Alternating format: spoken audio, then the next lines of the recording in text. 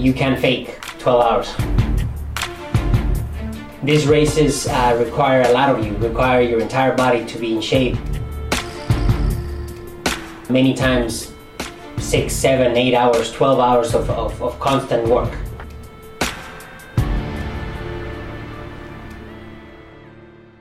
It was a surprise, I'm not gonna lie to you. It was to see him challenge himself the way that he has, especially from coming to not doing any exercise to making this huge change.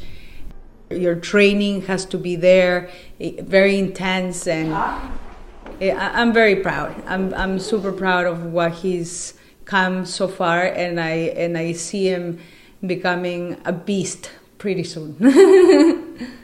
Between work and kids and school and everything, I gained over 30 pounds from my normal weight. It's a lot harder in the ball.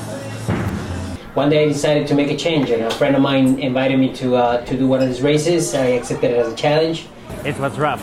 So that was a couple years ago, and just challenged myself from not having run a single mile in my entire life. I'm training now for a 24-hour race where I'm looking to do 100 miles in one day. That one's hard. My hands are slippery. It's also a fear thing, man. Like I get by the red one, dude, and I'm like thinking I'm gonna die, bro.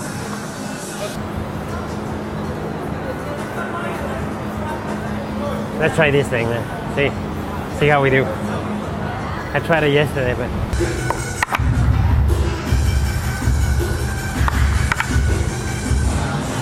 yeah, this one's brutal, man. One of the hardest exercises out here. Scientists say that for every 5 to 6 pounds of weight you have on you, you do about 30% more effort.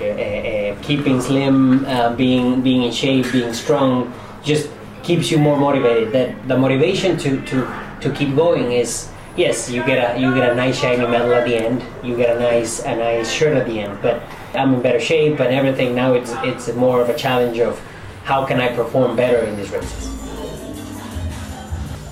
At first it was just be able to finish a race. Then it became being able to finish a race without missing any obstacles. Then it became about finishing a race faster. And then it's just, the challenges just keep going. You just gotta train more no matter what.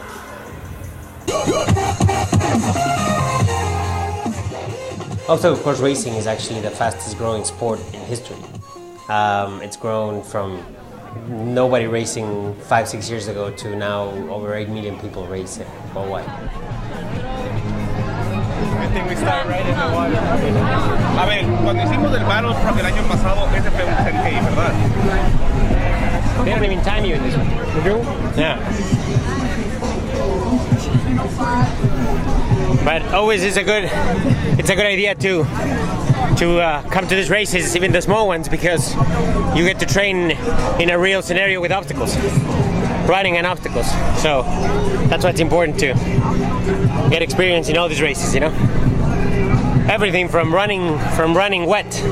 It's the first thing you do is you go walking, you jump into a pool, and you leave the race from the pool. So you're soaking wet the entire race.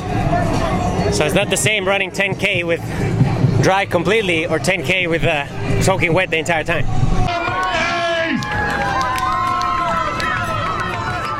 It's completely new every time you do it. Even when you do several laps of the same race, it's different every time you do it, because no matter what lane you pick, no matter what rope you pick, it can be muddy, it can be wet. What happened? Anything can happen.